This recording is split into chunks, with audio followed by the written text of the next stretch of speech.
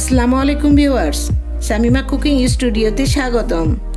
আমি আজকে আপনাদেরকে করে দেখাবো জলপাইয়ের টক ঝাল মিষ্টি অসাধারণ স্বাদের একটা আচারের রেসিপি। আমি যে জলপাইটাকে সিদ্ধ পানিটা দিয়ে আমি করেছিলাম জলপাইয়ের জেলি, এবং ওই জেলি করার সময় আমি বলেছিলাম আরেকটা অংশ অর্থাৎ যে জলপাইগুলো থাকবে এটা দিয়ে আমি তৈরি করব অসাধারণ স্বাদের একটা আচার। আমি আজকে সেই আচারটাই করে দেখাচ্ছি। আমি জেলিটাতে ব্যাপক সাড়া পেয়েছি, আপনাদেরকে অসংখ্য ধন্যবাদ।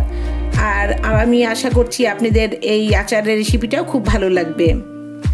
আসুন আপনাদের দেখাই আমি আচারটা কিভাবে করছি।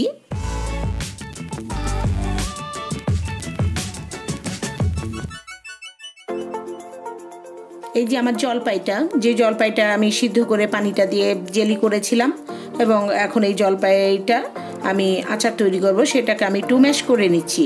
একটু হাত দিয়ে চটকিয়ে নিয়ে আমি একটু ম্যাশ করে নেব, যতটা সম্ভব আধা ভাঙা করে নিতে হবে, পুরোপুরি ম্যাশ না।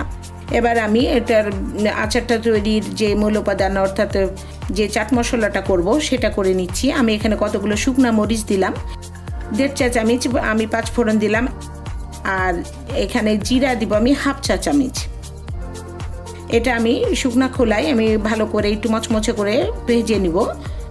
এই সুগন্ধটা ছড়ালে এটা ভাজাটা হয়ে যাবে। এবার এটা আমি ব্লেন্ডারে ভালো করে গুঁড়ো করে নেব, আপনারা পাটাও গুঁড়ো করে নিতে পারেন। এবার আমি রান্নায় যাচ্ছি। আমি একটা ছড়ানো একটু বড় পাত্র নিয়েছি, আর এখানে আমি প্রায় 1 কাপ মতো সরিষার তেল দিলাম, এবং কয়েকটা তেজপাতা আমি ছিঁড়ে দিয়ে দিলাম, এবং 2টো এলাচি আমি ফাটিয়ে নিয়েছি ভালোভাবে সুগন্ধ বেরোনোর জন্য, আর 2টো ছোটো দারচিনি দিয়ে দিলাম। এবং আমি এখানে কয়েকটা শুকনো মরিচ ছোট ছোট টুকরা করে দিচ্ছি, যাতে এটা ফ্লেভারটাও আসে এবং ঝালটাও বেরোয়। আর এখানে একটা বড় আস্ত রসুন আমি পাতলা করে স্লাইস করে নিয়েছি, সেটা দিয়ে দিলাম। এটা একটু ভালো করে ভেজে নিতে হবে, হালকা গোল্ডেন ব্রাউন হওয়া পর্যন্ত। এবার আমি এখানে 1 চা চামচ আমি আদা রসুনের পেস্ট আর 1 চা চামচ আমি সরিষা বাটা দিয়ে দিলাম। এখানে আমার হলুদ সরিষা কালো সরিষা দুটো মিক্সড করে বাটা আছে। আর এটাতে একটু ভেজে নিয়ে এখন আমি পুরো জলপাইটা দিয়ে দিব, যে ম্যাশ করা জলপাইটা আমি রেখেছিলাম। এখন এই তেলের ওপরে মশলার ওপরে আমি কিছুক্ষণ আমি এই জলপাইটাকে ভেজে নিব।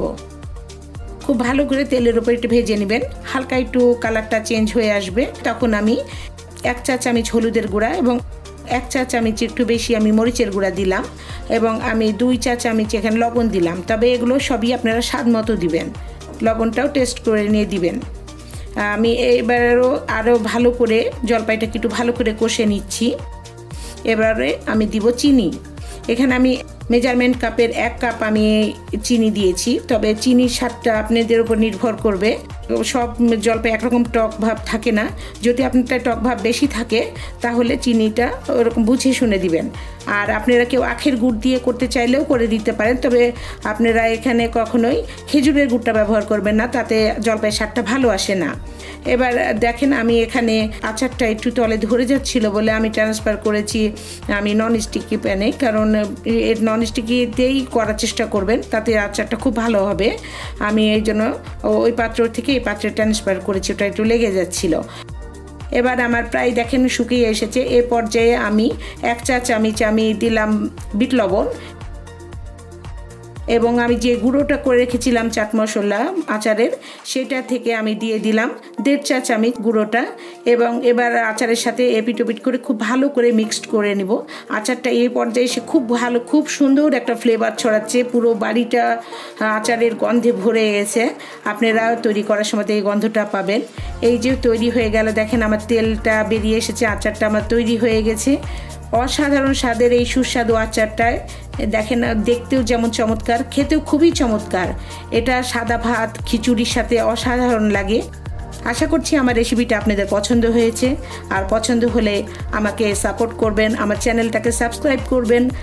আরও কোনো পরবর্তী রেসিপির জন্য আমার জন্য অপেক্ষা করবেন, কোনো রেসিপি নিয়ে আপনাদের সামনে আসবো। আজ এ পর্যন্তই, আল্লাহ হাফেজ।